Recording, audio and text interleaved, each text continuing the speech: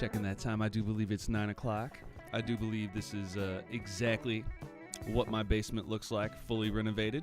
You can finally see my very real piano. Yeah. This is all mine. No green screen. Or is it? Welcome, everybody. Welcome to Wake and Base. What's going on? Hope y'all are doing well today. As you can tell, I'm in a little bit of a new location here. I am visiting Parents63501. You know, it's always wonderful when you get to go see your parents. But yeah, I thought, just because I'm over here visiting them doesn't mean I still can't come visit you. And so I thought we'd do something a little bit different, which is pretty much every episode. But today, what we're going to do is take a little bit of a look into the origins of Alex63501. Parents63501. Yes, I have two of them. They both exist. I did not just come from the vampire ether, although when you see this picture behind me from 130 years ago, you might think something different. But today what we're going to be doing is looking at Sly and the Family Stone. This is a group that both of my parents have been big fans of since back in the day, and looking through their old record collection, they have the original pressing of Sly and the Family Stone Greatest Hits, featuring the one and the only Thank You for Letting Me Be Myself Again. The Thank You for Letting Me Be Myself Again, they spell it for letting me be myself again. A little tongue-in-cheek slang there. But yeah, and then of course we got this excellent, I've never understood this, but there's been this dude trying to ascend into the higher realm of being that looks a little bit like me. He's got his shirt off. I don't know what that cat's doing, but he's really going for it. So that's what we're doing here today. And I'm a little bit low on my technology here, so as I'm switching from one thing to the other, it's going to be a little tenuous here, making sure that I don't dox myself through my screen. Oh, and would you look at that right now? Here's a... who's this on this mug right here? Well, look at that. Could that potentially be... Yeah, that's me. Oh, thank you very much. That's my mom. And now I'm going to have to steal this. That'll be my new Wake and Base mug. All right, before we go through some more trips down memory lane into the past and weird photos of myself and visual shots of the limbs of my parents, let's go ahead and jump on over to our chat and see what we got going over here. Now, let's see if I dox myself by clicking on that. No! Sweet. Look at that. I did it right. Feels good when I do it right. Let's see who we got here. Say good morning to everybody here. Jump in on, let's see if does that get me in trouble? No, it doesn't. Awesome. What's up, Texas man? What's up, Dapper? Good to see you. Good morning, good morning. Poppy D, good to see you. Bobby, yo. What is up? All right. Enough preamble here. Let's go ahead and jump on in and listen to our first track. Thank you for letting me be myself again. You know, it works pretty well if you say it all pretty fast. Whoa. Okay. Let's try that again. From the beginning. And I do believe Larry Graham is in here at this point. I believe so.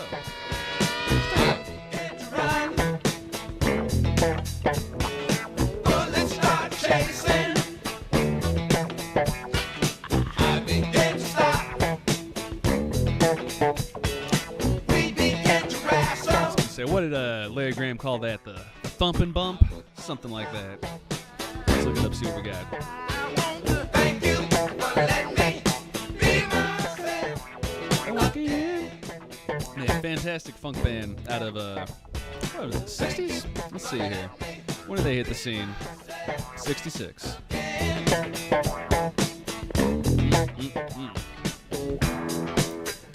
Let's see, where's Larry Graham here? Ah, there. Yeah, so that dapper looking guy in the back, that's Larry Graham. Very influential in the pop slap bass world, but also very influential to one of my favorite artists, Prince, and more stay and the time. Very much taking a page out of Larry Graham's book here. Great horn section as well.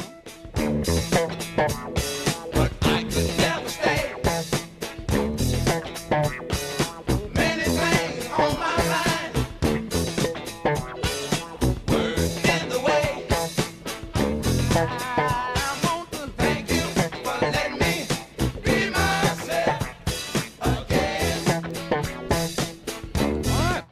So, very cool song here. If you have not heard it before, now you've heard it. It's pretty much this one chorus over and over and over and over and over and over. And what they're doing is they're switching up either having lyrics or, right now, an instrumental part where you've got one instrument just kind of riffing about. And while this is very improvisatory and, you know, it seems a little repetitive now by modern standards, this was absolutely a new form, a new style, a new approach that was very appealing and really centered and focused around having fun. So if you look at these guys, even just off this one little cover album, or this best of album, they're all wearing some pretty interesting outfits. They're having a good time. Let's just see if we can get some good fly famous stuff. Because what I think of is this is the precursor to Parliamentary Funkadelic, where George Clinton was like, I see what you're doing here, but let's go about 100 times harder, and then you get Funkadelic. These guys walked, so to speak, so he could run. That's how I think about it. But yeah, let's look at these guys. They're having a good time. Let's see, open image in new tab. Can I do that? Maybe. Yeah, there it is. I've got one monitor today. I can barely see. Hey, look, there's that crew. Where's Larry Graham? Where's he at? Oh, is Larry Graham already gone? Well, that's too bad. I wonder how long Larry Graham was in this group. Let's look. I was thinking he was in there for a hot minute, and then he was out. Yep. There we go. So Larry Graham started with them in 66, and he pieced out by 72. And who took over? And what was Larry Graham doing? Bass and vocals. Okay, that makes sense. And then when they replaced him with Rusty Allen, rough name there, they also had to hire somebody else to sing, it looks like, because poor Rusty couldn't sing. But Larry Graham, man, that guy, just talking about him for a second. I can't spell. Yeah, I thought there was an A in there. This cat is known right here. That's the picture, baby. This pimp outfit, like a Florida pimp. You got that wide brimmed hat. And my mom actually pointed this out to me when she was doing a little bit of wake and bake research here, is looking at the fact that he plays a moon bass, a custom moon bass, which is a Japanese company. And I was very surprised by that because I had it in my head, Moon were not super awesome. Now, I don't know enough to go ahead and say that they're bad, because I definitely can tell from a $3,000 bass that if it really sucked, it wouldn't be $3K. But I really don't know very much about moon basses, especially not about this thing, the JJ240B. Although that sounds tasty right there. Okay, both pickups. That's smooth. So one thing that this bass has going for it that I really like, P-Bass. It's a P-Bass copy, which is, according to Scott from Scott's Bass Lessons, great channel, guy who talks about bass technique, tone, sound, musicians. P-Bass is king, and there's a lot of good reasons why, but the biggest one is versatility. The orientation of the pickups, the design of the instruments, just the proportions, give you a ton of options. This sounds good, man. This is good. It's a good sound bass. Yeah, so you can get all these different sounds. You can get a little smoother, rounder sound. Before he was getting a little pop, a little punchier. Very cool. But for Larry Graham now, just real quick, this is what I always think of whenever I see Larry Graham. I think of this video right here, which is Larry Graham. Oh, what? Facebook? Get out of here. You're the first bass Who's player. that terrible David Spade? We heard on the radio doing that thump thing. Doing that thump thing. Look at that hair. To start doing that. Well, I have to tell you a little story if you don't mind. And this is why Larry Graham a few years and Bernard Pretty Purdy are the best ever, when I was about because they can 14, funk 15 years and tell a old. story at the same time. We had a little duo, Moms and I. And for a while, I had my drummer playing with us, little trio, but that didn't work so well. So we went duo. But see, the thing of it is after we didn't have drums. You see, I lost where I was in my It story. caused the problem. See, I kind of miss not having that backbeat and that snare drum. So I had to kind of compensate. But now, interesting, see, I came to the bass from the guitar, and we had an old organ in the club, and I used to play the bass with my foot, see, while I was playing the guitar. But now, That's since a it was pretty like good a idea. duo, and we didn't have that organ, I went and rented me a bass. In the meantime, till we get to get the old organ fixed. But the organ was too old; it couldn't be fixed. So I ended up keeping the bass, and then when we ended up without the drummer, I started thumping to make up for not having a bass drum. Right?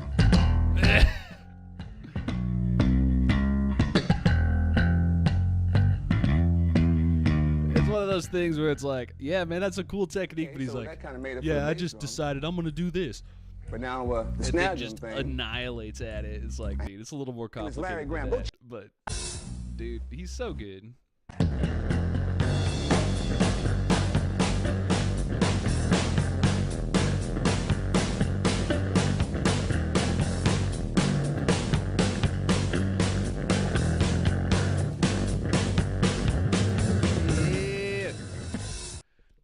Larry Graham, baby. So not only did he come up with really is the godfather of popping and slapping. You know, there's some other people that you can look to and some other examples you can find.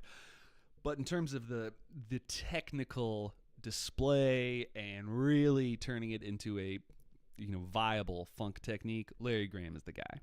And what he's got here, what we saw right at the end there, is what we call double thumbing, which is a technique that a lot of times people talk about Victor Wooten being like the master king of double thumb.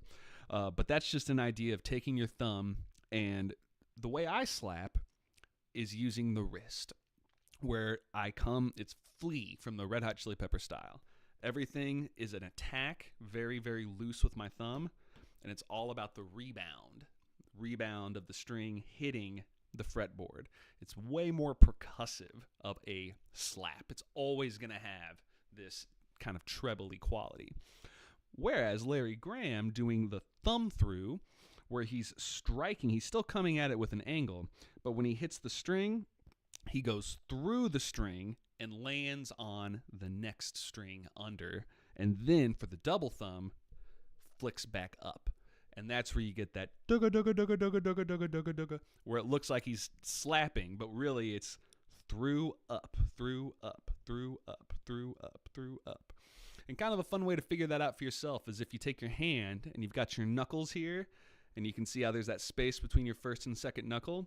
To understand what you need to do, try to slap past your first knuckle and land on your second knuckle.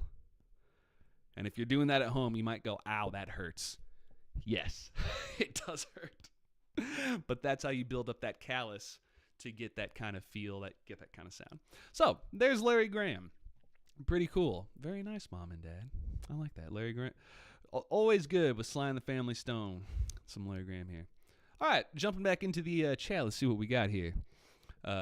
Limb of the Parent delivering the coffee with a beautiful baby boy on the mug. Such a beautiful. I wonder who that guy is. Bonjour. What is up? Dodo Bijou. I can't really see that name. What is up, Zach? My mic is a little bit low. Let me turn it up. Let's try that. Is that much, much better? Am I blasting anybody out now? I have a new microphone today. Thank you for the heads up. It's always good to know that I'm really quiet. Dancing and practicing, that's the stuff right there. The bass looks nice. That moon bass looks nice. And one thing I really don't know about this instrument is the sliding pickup here. They're not sliding, slanted. I can't use my words. See how that one's like a little offset there to the side? I'm sure that has to do with tone. I've talked on the channel here before about how where your placement, where you're striking the string really affects the tone. In a similar way, where the pickup is picking up the sound, equally important idea. So I'm assuming with that slant right there, because the higher you go towards the neck, the more boomy, bassy things will be. And the closer to the bridge, the less bassy and more focused of a sound. So you're going to lose some of those low frequencies. So with that angling right there, to my eyes, looks like you're adding a little more fatness to the low and a little more clarity to the high. That's why you have that slant. But yeah, it's one of those things where I've never gotten my hands on an instrument with a slanted pickup, so I don't really know what that sound difference is because I haven't gotten to play around with it. But theoretically speaking, that is what I assume is going down there. Very cool.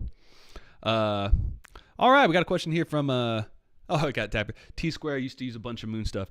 Yeah, as I was saying that, I was like, man, I've heard Moon before, and I know I've seen their stuff, but I feel like I just got one really bad experience where I saw like their cheapest of their cheapest product, and I was like, that thing does not sound good. But yeah, I think you're right. I think Moon has become more of a custom, tailor-built instrument type thing, because now the stuff that I'm looking up just today was like, these all look really nice. I bet they're not bad, especially if they're 3K. It's hard to ask 3K for not a very good instrument. Hey, what's up, Layla? Good morning. Good to see you. Good to see you. Yeah, here we got another one from Dapper. Yeah, Moon really liked doing that. I always thought it was just to be different. Yeah, there are some things that are, very much vanity decisions on instruments. Here is the pinnacle of excess. Prince's last bass.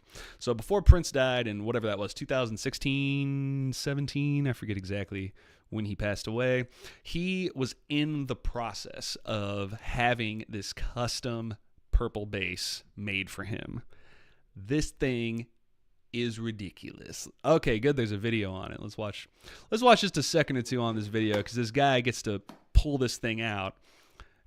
Yeah, okay. So earlier I was talking about Scott, random guy named Scott from Scott's Bass Lessons. This is him right here. This guy's amazing. He's a really good bass player, and he's also, to me, a very inspirational musician because he has what's called focal dysphonia, which is like the ultimate cancer for musicians.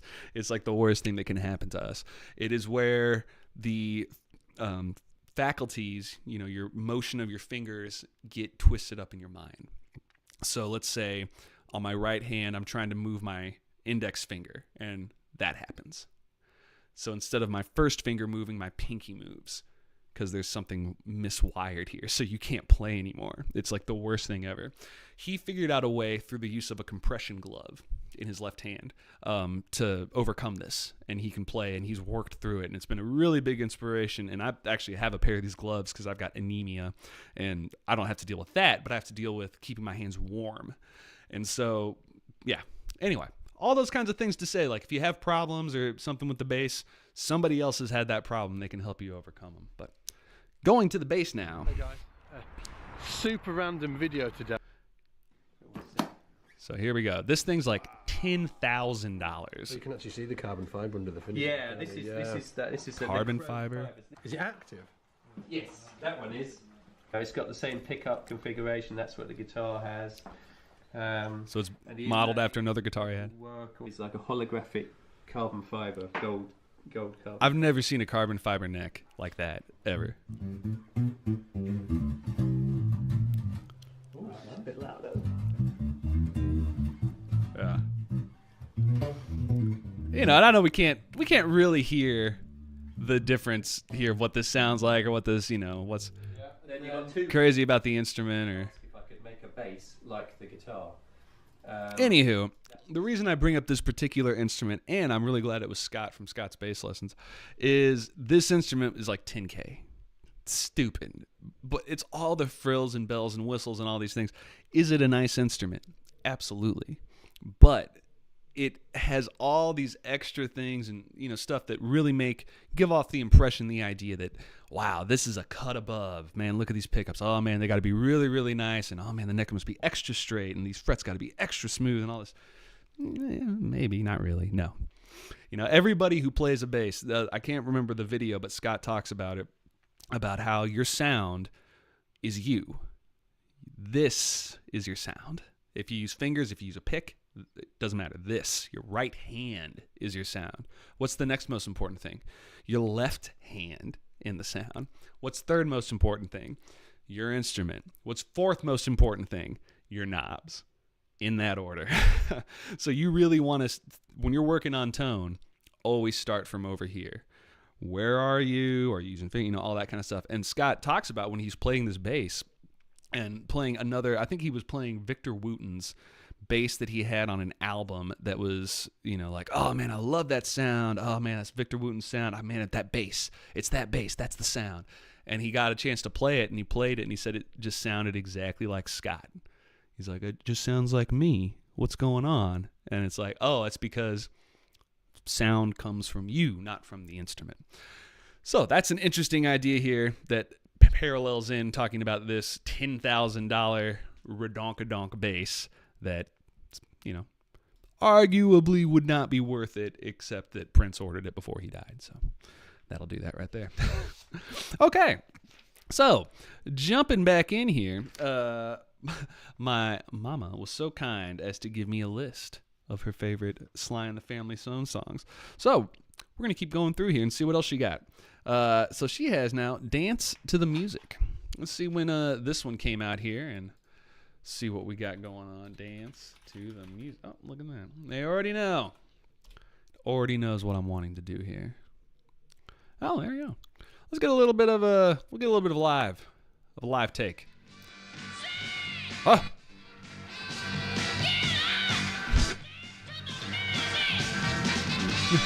Do it now! Ah!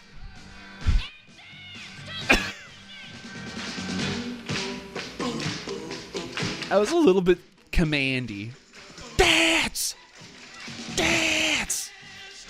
Well, okay, that guy's dancing. Guy looks like Cheaty over there. Oh, yeah. All right. Okay, that lady's trying to dance, but too much up and down arms, lady.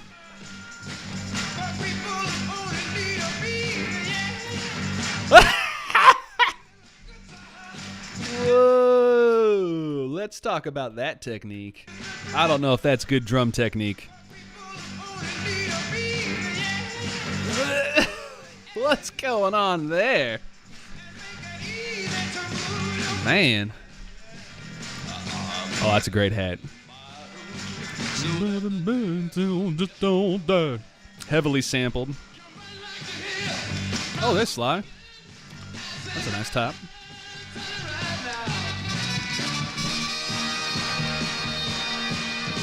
And they're going hard.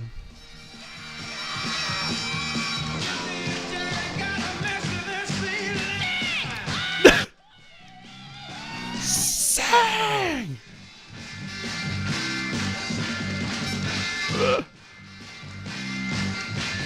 Yeah. Dude, that drummer is stressing me out. Everything's stiff. Look at that. My goodness.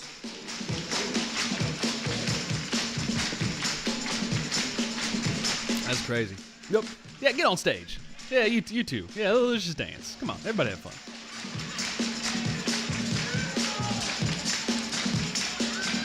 Yeah, that's having a good time. There we go. Oh, there's Larry Graham. I heard it for just a second. Did you hear that?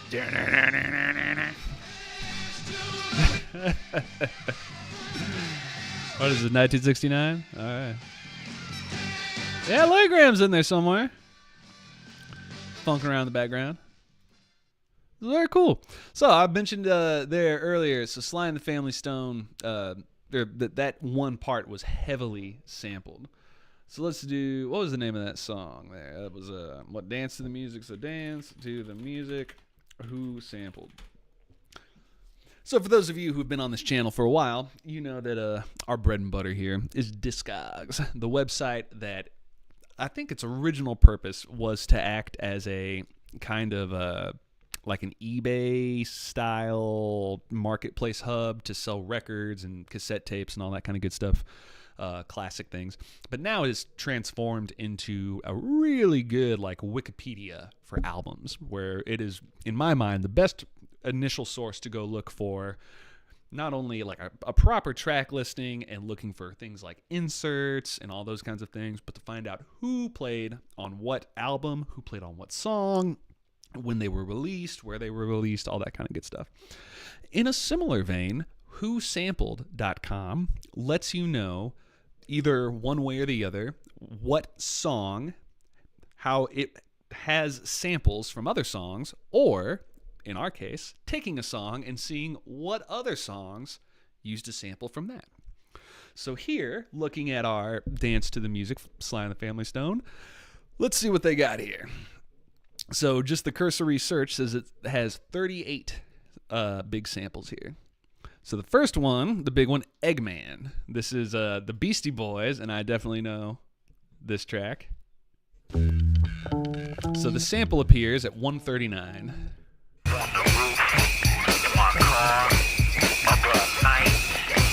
So it's just those drums. That's all they take is the drums. So let's listen at 46 now.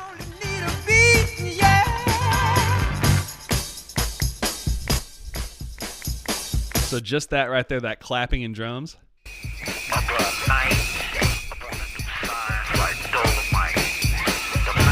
It's just slowed down a little bit there. No, we don't need all of Hello Nasty here today. Or I guess that's Paul's Boutique.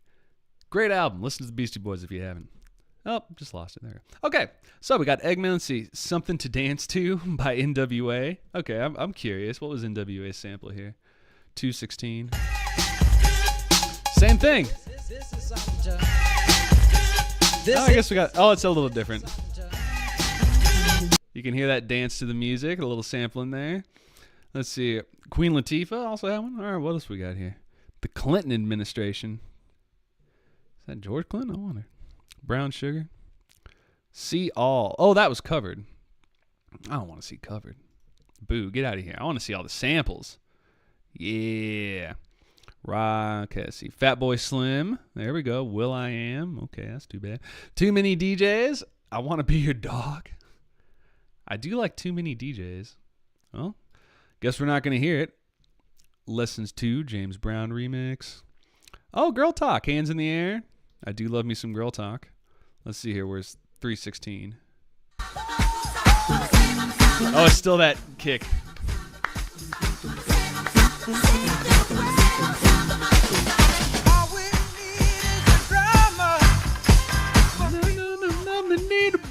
Yeah. Oh, and it gets real low. Okay, pretty cool. So that's what that is right there. Check back in here with our chat, see what we got going on over here. Oh yeah, so much. Yeah, they did. You know, those guys really go full tilt all the time on their stuff, man. They're just tons and tons and tons of energy. Okay. All right, we got one more here from the old Sly and the Family Stone before we switch it up here a little bit. We got Everyday People. All right. Didn't know Mom was so funky. It's been doing good so far. Everyday People. Let's see here. Sly. Oh, yeah. They knew where I was going with this. Is this the music video? Because this looks relatively new. Okay, we're getting some weird shots from this video, so I don't know if we're going to watch that one. We're going to watch this one. Well, I guess we're not watching anything. I guess we're just listening. All right. Sometimes I'm right, and I can be wrong. My own beliefs are in my song. And then makes no difference what group I'm in. Okay, well. Oh, I know this one. All right. So since I got this bad boy in front of me, let's see what we got on the old insert side.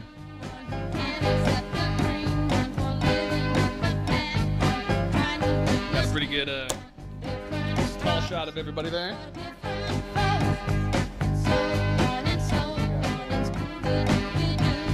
I don't think we have any inserts here.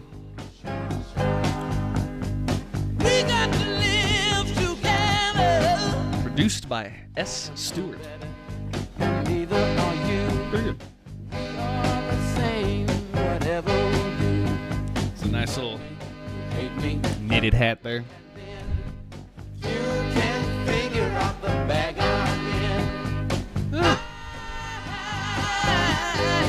Everyday people. Yeah, I was gonna say this is a very like, I don't know.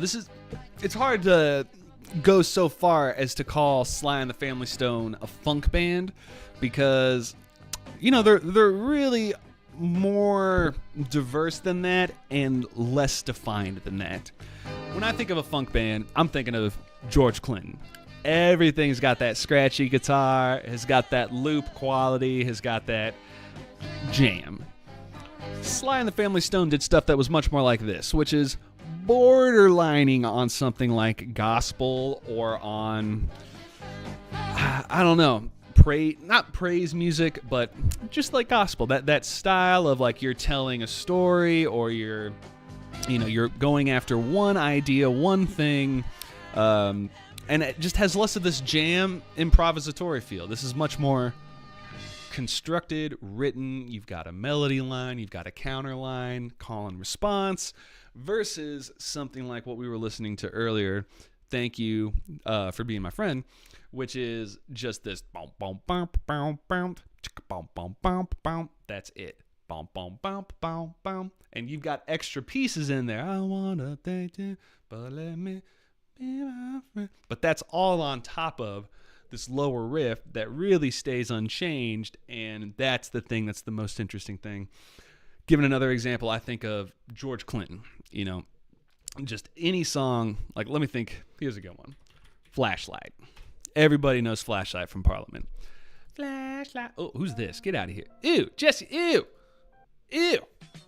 Yeah, this is what we need now. You start with a little bit of like, oh yeah, we got this song for you right here.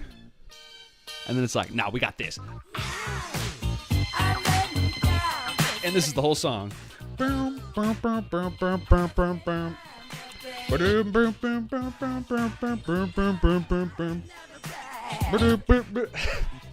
it's just the whole song is just this.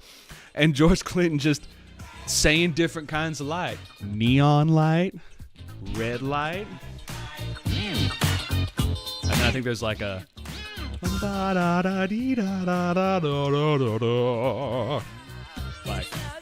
that. This is funk. It's just like, well, what is happening? And it's just like all that bass is just right there. Yeah, you got some horns and stuff, but it's so like background. That's what funk is to me, is something that's just, it's just a stanky line that just keeps going. It doesn't have nearly the amount of layers and complexity that, something like a, gospel or, well, not well written, that's terrible to say. Thoroughly through written. I can't talk. I cannot talk at all. Nothing new about that. You guys knew that. Anyway, that's my opinion on the thought of how funky Sly and the Family Stone are. They do funk, but I think they're more than just a funk band. Cool. All right, so moving through here, let's see what else we got. Before I get too much further, this was a classic Alex photo that has been found from the annals of history. This is sometime in the mid-90s where I was told to take a good picture, and you can see on my face that I'm like, you can try to make me have a good picture, but I don't think I'm going to do it. Yeah, mischievous. Yeah. And then for whatever reason, they have another picture of me the same day, wearing the same shirt and some kick-ass Doc Martens. I don't know what happened to these shoes. But those are some cool shoes. I miss those. Yeah, purple laces. Who had Doc Martens and purple laces as a kid? Cool kid. Now, here's the one that's really going to bake everybody's noodle here. Back when I was born in 1843, my original parents took this photo of me. And this is why I'm still here, is because I'm technically a Victorian ghost baby. Haven't changed a bit. But yes, I am a vampire. What was that book? Not Moriarty. The one where he kept the painting in the attic that aged, and he was a vampire. Somebody hit me with that. It was in League of Extraordinary Gentlemen, which is never good to reference a comic book to reference a literary character, but you guys know what I'm getting at. He was a dude. I'll remember his name eventually.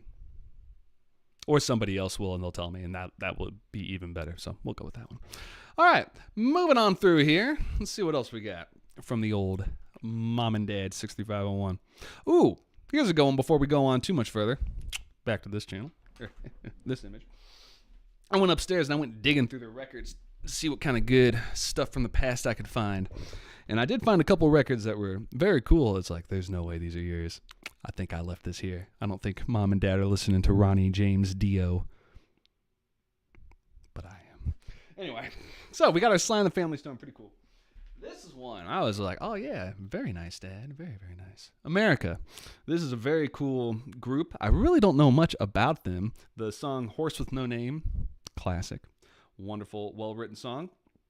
But just listening to a little bit more of this album, it's a good one, man. It's cool. I like America. It's a very, it's a 70s sound for sure. The singer-songwriter kind of in the same way how, Sly and the Family Stone I was talking about. It's like, yeah, it's funk, but it's so much more. Not, don't put it in that box. Same thing here. This is rock, but also folk, but also ballad, a little bit of country. It's worth a listen. America's cool. Now this one I didn't know he had. This one's just amazing. He's got Fragile by Yes. For those of you who don't know the memes, Roundabout. That's the song that was the song of 2018 or whatever that was. Whatever year that was that meme came out, that JoJo's Bizarre Adventure meme. Ooh, we got a little bit of a... Oh, nice. Got some inserts here from Capitol Records. A little bit of a... advertisement there. Yeah, so yes, very good band. Now, another one that I did not expect Papa 63501 to have here, Tarkus, ELP, Emerson, Lake and Palmer. Tarkus is not my personal favorite album. I'm more of a Brain Salad Surgery kind of guy. Carnival 9 Part 1. Yeah, that's a name for you right there. But yeah, Emerson, Lake and Palmer, a really, really top-notch prog rock band. So these are the guys who were, very proto-Rush. And where Rush, kind of like I was saying earlier, it's like some artists walk, so other artists can run. I would say ELP ran so that Rush could just do constant backflips over Neil Peart doing drum solos. But Tarkus is a cool album. It's got some cool tracks on here for sure. I'm trying to see what are the big ones on this. So we got Eruption, Stones of Years, Mass. I don't know all these very well. Bitches Crystal. That's a name. There you go. Well, and anyway, Tarkus is a cool song. Oh yeah, here's another little 2-for-1 special here. This is kind of fun because this. Let's see here. Yeah, this one, The Fifth Dimension. These are both Fifth Dimension albums. I believe this one was my mom's, which is this is the Greatest Hits on Earth album, which is pretty cool here. I like the. I don't know if that guy's got a cigar in his mouth or what's going on there. If that's just the world's fattest toothpick, but I like his hat. Anyway, that was my mom's. Independently on my own, I bought this Fifth Dimension Loves, Lions, Angels, and Rhymes, not knowing anything about them, and I brought it home one day, and my mom's like, oh, I love Fifth Dimension. I think I have that one. I was like, oh, really? Yeah. Fifth Dimension. Very cool. Very cool little soul funk band. Don't know enough about them, but, if I see a cover like this, wearing Beetlejuice pants, I gotta buy it. Yeah. And then this is the one that was like, I don't think there's any way on this planet Earth that either of my parents bought this Dio singles album. Oh, is this a whole album? No way. Does this have Rainbow in the Dark? I'm taking this off. Oh, snap, that does. Oh, yeah. Like a rainbow in the dark. Dude, look at it. Look at this cover. He's trying to put a sword into a paper mache dragon, and it's excellent. And look at this guy's mustache. That's a dope mustache. Wasn't even looking at the camera. Okay. Fun little travel there through the 63501 family musical history line. All right, let's go check back. Dorian Gray. Thank you. Poppy D. Always with the solutions and the answers. Yes.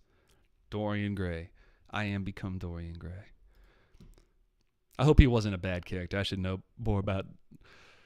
You should probably know about literary figures before you start comparing yourself to them. You don't want to get yourself in a Don Giovanni kind of scenario where you're like, oh, yeah, I love Don Giovanni. Yeah, he's a cool guy. No, he's not. He's not a good guy. Okay, so running through, we got a little bit of time left here, seeing what other cool things we've got.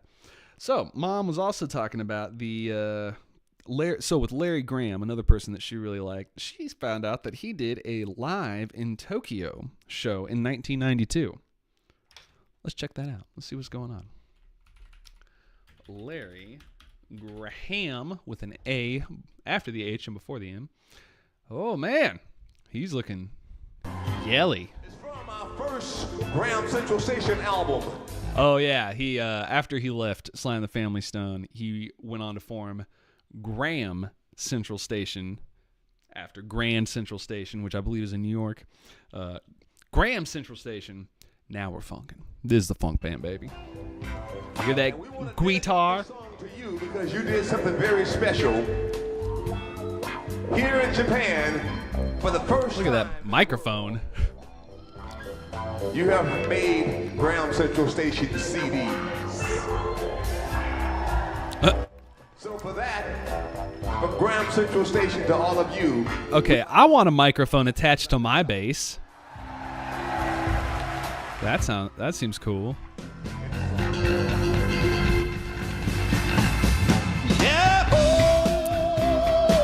There's that thumbing. Just striking through.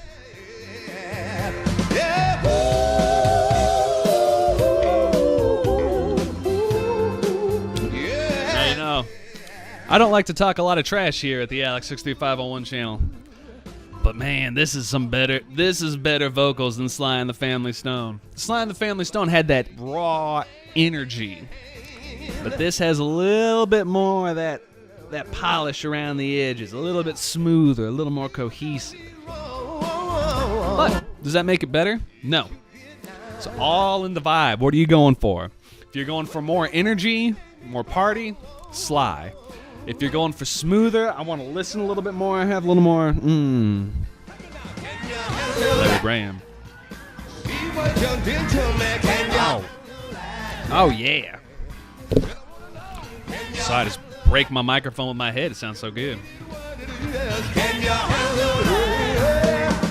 Oh, let's see what Larry... But damn, nice boy. Let's see what he was doing.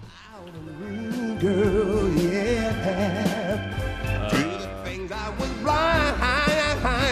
Station. You made me see, girl. Yeah. Oh, is he Junior?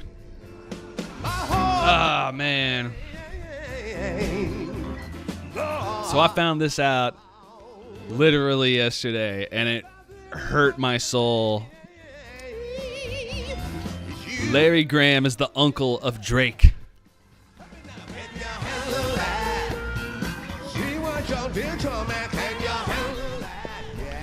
That's my face and my reaction to that.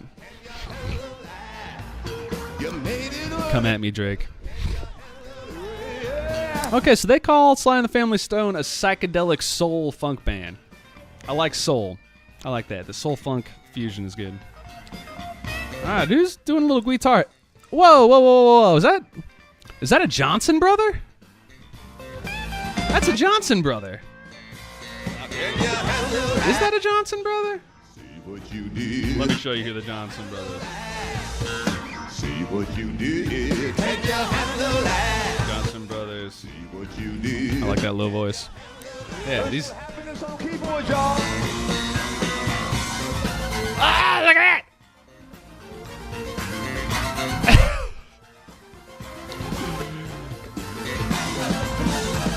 So let me just tell you, even though I don't play keyboard, a keytar is so much harder than a keyboard because it's such a piece of trash. It's so thin. It's so light. It's so hard to hit. It is the analogy that really is, it's the same analogy. It is like trying to shoot a target that's moving while you were moving. It's so much hard because the thing is moving, everything, forget it. Stability is what you want on an instrument. You want to be in one place. Like, look at Larry Graham. See that thing? He's got it pinched to his body with his elbow. He's like, this ain't going anywhere. I'm doing whatever I want. But, man, that keytar, he was hanging on by a thread. Now, who's that? Is she in the band regularly? Or is she just there for the Japanese concert? I wonder who that was. Let's look who's in this group. Can we get a members list? Members list?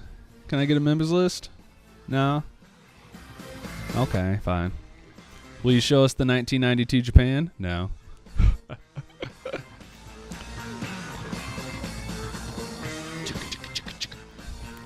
These guys are, dude, they're good, man. Larry Graham is just the best.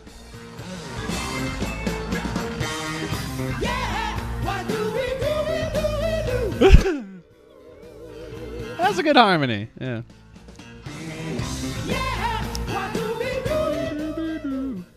Yeah.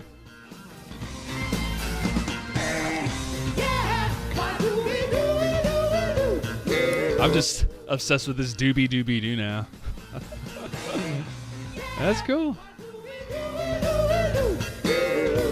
Was later used. Okay, slap bass style.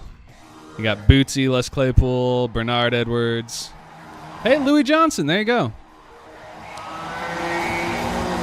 Whoop, not that. Who's doing that phaser? Oh, it's Larry Graham doing the phaser.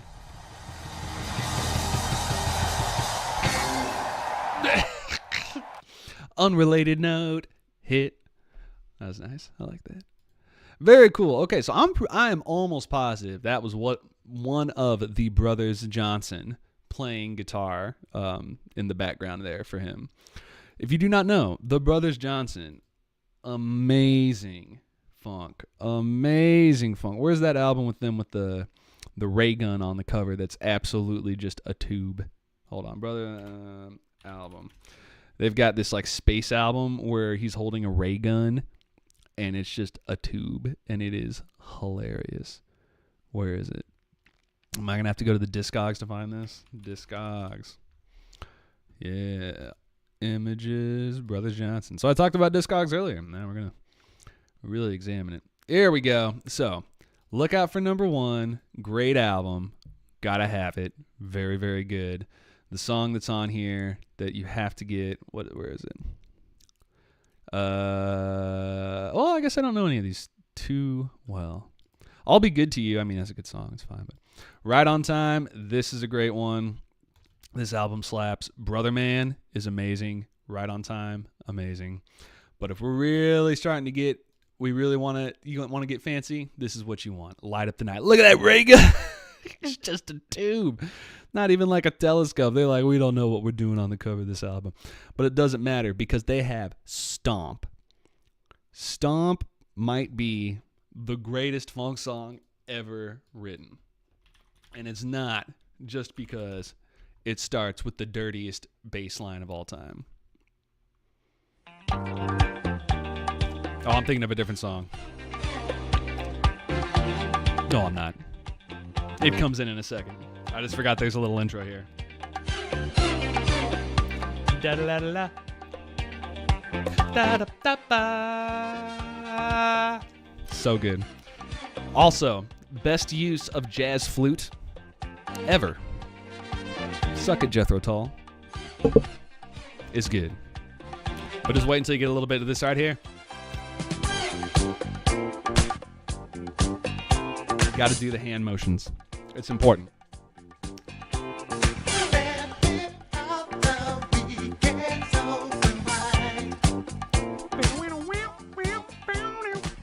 Amazing. Super, super good song. Stomp. Let's get that bass solo.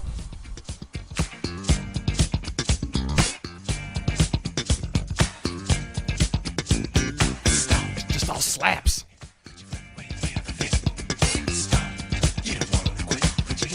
I mean, there's some pops in there, but it's just so percussive.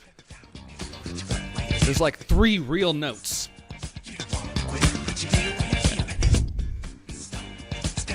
And then when the guitar comes in with these drums with the... Oh, it breaks me every time.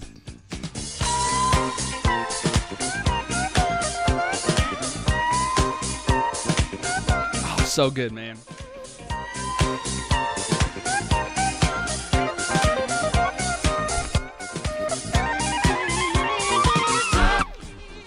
So good. So good. Brothers Johnson, definitely go check them out if you've never heard them before. Super amazing band. Now, what was their last song that they had that was so good? It was not the brother, or maybe it wasn't the Brothers Johnson. What was it called? Not Stomp. I'm gonna make it stomp on. What was that?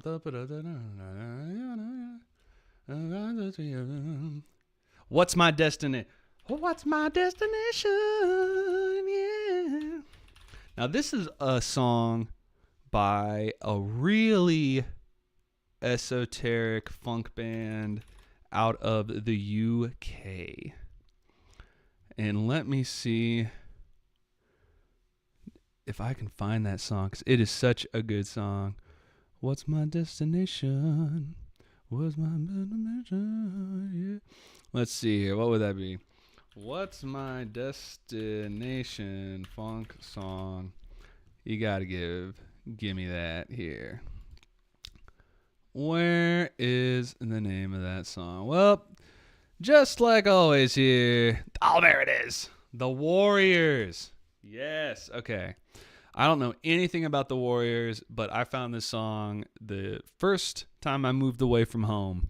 I lived in Colorado, and this song just randomly came on the radio, which is weird because I've never heard it on the radio ever since. But I was like, what is this song? This is the bass line that just...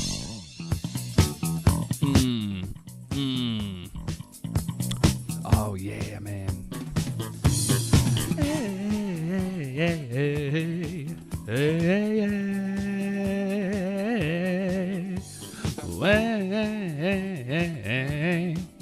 Now let's see if we can figure out which one is this group.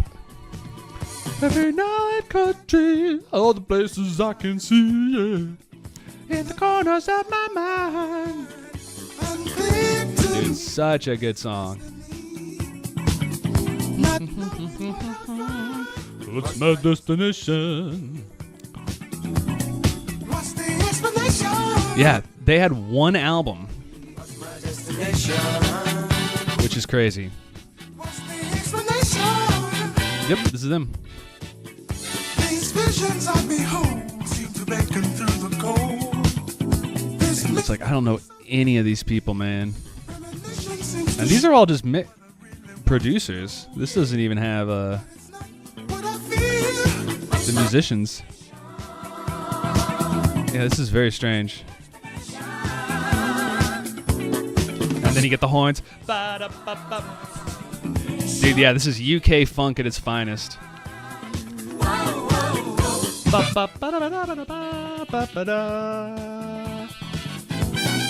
Okay, but as I said, greatest use of flute ever. Let's find it. Okay, we got the horn solo. Oh yeah, the dope. Dude, this breakdown. Ba-da-lum, bum, bum, bum. Ba-da-lum.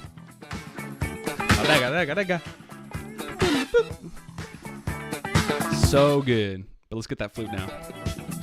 Oh yeah, let's get the entrance.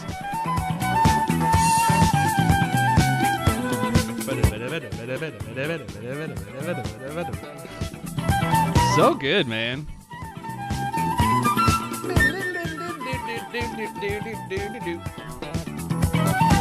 Yeah, man, Warriors. Who the hell are these guys? Amazing group. Zero information about them. I'm going to have to go in and figure out who these guys are. Maybe that'll be next week's episode. Just trying to figure out who the Warriors are and listening to the rest of this album, because I'm telling you, man, that song is amazing. And apparently someone in the band is called Paul Tubbs Williams, which is just a great name. Just a great name.